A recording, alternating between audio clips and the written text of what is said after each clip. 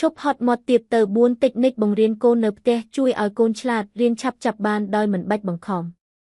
ប៉ាម៉ាក់ធ្លាប់ឆ្ងល់ដែរឬអត់ឲ្យតែដល់ម៉ោងបង្រៀនកូននៅផ្ទះម្ដងដូចចូលសមរភូមិសង្គ្រាមចឹងស្រែកផងគំរាមផងចុងក្រោយកូនយំឯប៉ាម៉ាក់ឡើងឈាមឡើងផ្អើលពេញផ្ទះប៉ុន្តែដឹងអត់ថាការស្រែកបង្ខំមិនត្រឹមតែធ្វើឲ្យយើងហត់មាត់ទេថែមទាំងធ្វើឲ្យកូនខ្លាចនិងលែងចង់រៀនទៀតផងបើយើងចង់ឲ្យកូនរៀនឆាប់ចេះហើយរៀនដោយរីករាយអាចមកសាកល្បង4តិចនិចប្លែកនិងគួរឲ្យចាប់អារម្មណ៍ខាងក្រោមនេះទាំងអស់1ប៉ាម៉ាក់បដូរធ្វើជាសិស្សឲ្យកូនធ្វើគ្រឹះវិញម្ដងអានទៅអាចនឹងប្លែកតែជំនួសឲ្យការអង្គុយបង្រៀនឬបញ្ជាកូនប៉ាម៉ាក់អាចសុំឲ្យកូនធ្វើជាអ្នកពូកែវិញម្ដងប៉ាម៉ាក់គួរតែសាកល្បងសួរកូនថាមេរៀននេះមើលទៅប្លែកម្លេះ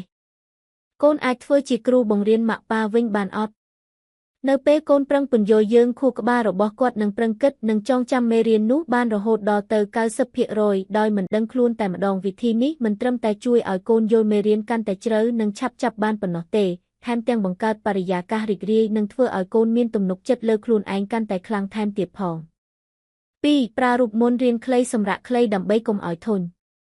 កុំបង្ខំឲ្យកូនអង្គុយស្ងៀម1-2ម៉ោងអីព្រោះក្មេងងាយនឹងឆាប់ធុញណាស់សាកកំណត់នាឡិការ៉តរៀនតែ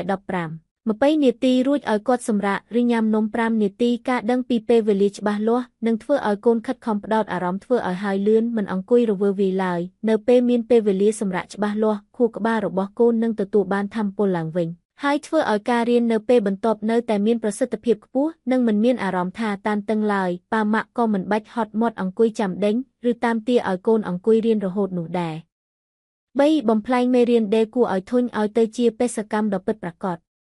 កុំឲ្យកូនមើលសៀវភៅរាប់ម៉ោងដែលធ្វើឲ្យធុញប្រើក្រដាសពណ៌ឬកាតតូចបំបែកលំហាត់ជាល្បែងសិក្សាឧទាហរណ៍បើកូនធ្វើលំហាត់មួយប្រអប់នេះបានគឺរំដោះបានមួយកោះវិធីនេះធ្វើឲ្យកូនមានអារម្មណ៍ចង់ប្រកួតនិងចង់ធ្វើវាឲ្យចប់ដោយសប្បាយចិត្តការបំផ្លែងមេរៀនទៅជាល្បែងកម្សាន្តនឹងជួយកាត់បន្ថយសម្ពាធពីការរៀនសូត្របានយ៉ាងច្រើនកូននឹងមើលឃើញថាកិច្ចការផ្ទះជាការប្រកួតប្រជែងដ៏រីករាយមិនមែនជារឿងគួរឲ្យធុញទ្រាន់ឡើយចំណុចនេះជួយឲ្យកូនផ្លាស់ប្ដូរទម្លាប់ពីការរៀនដោយបង្ខំមកជាការចង់រៀនដោយខ្លួនឯងវិញ4សរសើរចំណុចត្រូវមុនធ្វើការកែសម្រួលពេលកូនធ្វើលំហាត់10ខុស3ត្រូវ7កុំអាលប្រញាប់ខឹងពេកត្រូវតែសរសើរលំហាត់7ដែលត្រូវនោះមុនដូចជាការនិយាយពូកែណាស់ត្រូវបាន7ហើយរួចចាំជួយកែ3លំហាត់ដែលខុសតាមក្រោយការទទួលបានការសរសើរនឹងធ្វើឲ្យកូនមានកម្លាំងចិត្តនិងចង់ធ្វើឲ្យបានល្អជាងមុននៅលើកក្រោយនៅពេលកូនមានអារម្មណ៍ថាការខិតខំប្រឹងប្រែងរបស់គាត់ត្រូវបានប៉ាម៉ាក់ទទួលស្គាល់គាត់នឹងមិនភ័យខ្លាចក្នុងការធ្វើខុសហើយក្លាហានក្នុងការសាកល្បងដោះស្រាយលំហាត់ថ្មីនេះជាវិធីសាស្ត្រដ៏ល្អបំផុតក្នុងការបណ្ដុះទំនុកចិត្តនិងស្មារតីស៊ូរៀនសូត្ររបស់កូន